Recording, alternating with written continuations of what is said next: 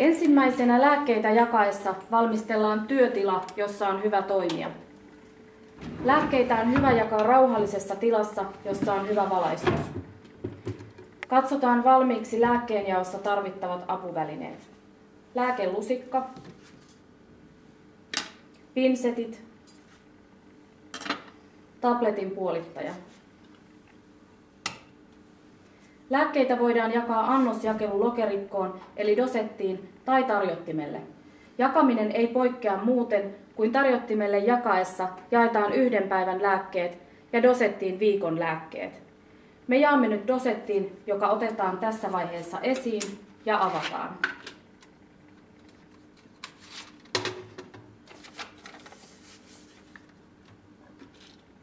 Tässä vaiheessa desinfioidaan myös kädet ja laitetaan tehdaspuhtaat hanskat.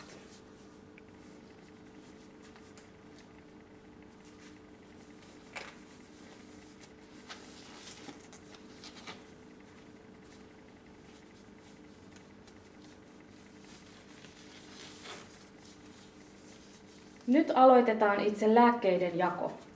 Otetaan esille asiakkaan lääkelista, jota seuraamme koko ajan. Lääkelistasta selviää asiakkaan nimi, lääke ja sen vahvuus, annos ja kellonajat. Koko ajan silmäillään, minkä nimisiä lääkkeitä jaetaan, minkä vahvuisia ja otto-ohjeet, eli onko lääke nestemäinen tai tabletti ja voiko sitä jakaa dosettiin tai puolittaa. Nyt huomioimme, että asiakkaallamme menee Betolvex 1 mg 1 × 1, eli 1 tabletti 1 kerran päivässä, ja tässä tapauksessa rasti on kello 8 kohdalla, joten se menee aamulla. Etsimme lääkekaapista oikean lääkepakkauksen. Lääkkeet ovat aakkosjärjestyksessä. Katsotaan, että lääkepakkaus on oikea. Siitä löytyy lääkkeen kauppanimi, vahvuus, lääkekoostumus ja onko lääke käyttökelpoinen. Tarkistetaan, että lääkepurkissa lukee sama lääke kuin lääkelistassa ja vahvuus on oikea. Otetaan tabletti lääkelusikalla tai pinseteillä ja laitetaan se dosetin ensimmäiseen eli aamun lokerikkoon kaikille viikon päiville.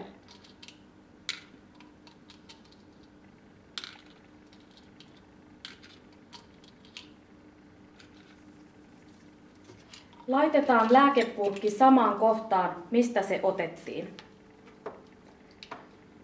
Katsotaan seuraava lääke lääkelistasta, eli Epixa 20 mg 1 × 1. Verrataan pakkauksen ja lääkelistan merkinnät, eli nimi, vahvuus ja otto-ohje. Lääkekaapista löytyy Epixa 10 mg, joten jaamme 2 tablettia. Tämä lääke on painopakkauksessa, joten lääke painetaan läpäisypakkauksesta suoraan lokeroon. Jos lääke menee väärään kohtaan, niin nostetaan se pinseteillä oikeaan lokerikkoon.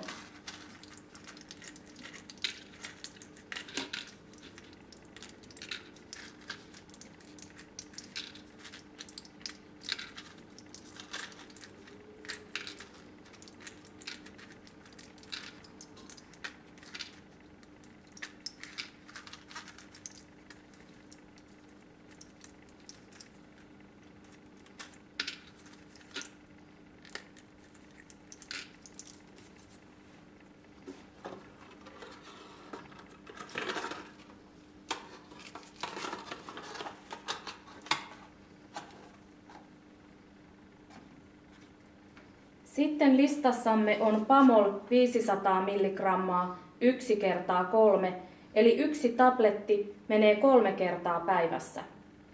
Jaetaan se siis aamun, iltapäivän ja illan lokerikkoihin koko viikolle.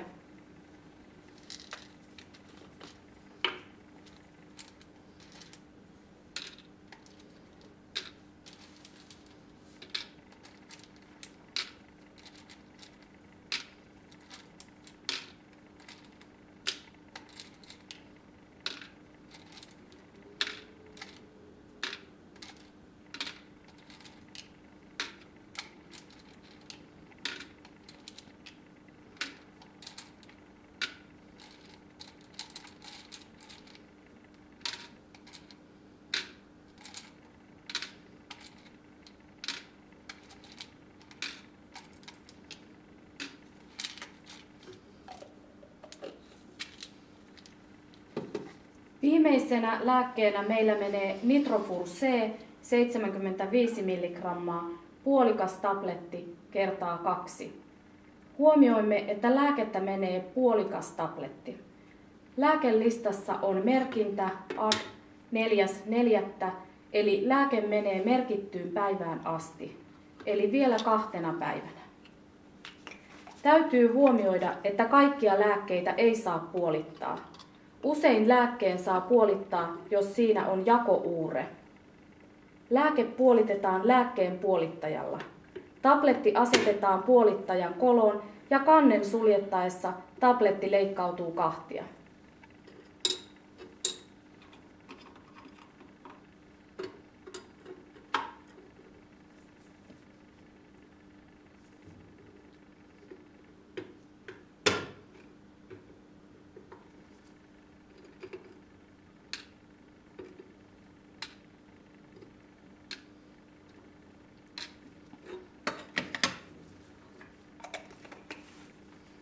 Nyt olemme jakaneet kaikki lääkkeet ja tarkistetaan vielä lääkelistasta, että montako tablettia pitää olla aamulääkkeissä ja muissa lokerikon kohdissa ja lasketaan dosetista, onko luku oikea. Kun tarkistus on tehty, niin suljetaan dosetti. Dosetit säilytetään lukitussa paikassa. Kaksoistarkistus kuuluu vastuulliseen lääkehoitotyöskentelyyn, joten dosetin tarkistaa ennen lääkkeiden antoa potilaalle vielä toinen hoitaja, jotta lääkehoito on turvallista. Puhdistetaan lääkkeenjaossa käytetyt apuvälineet juoksevalla vedellä ja jätetään kuivumaan. Dosetit pestään 2 kertaa kuukaudessa. Sitten siistitään työympäristö, eli roskat pois ja lääkejätteet, jos lääkkeitä on tippunut lattialle.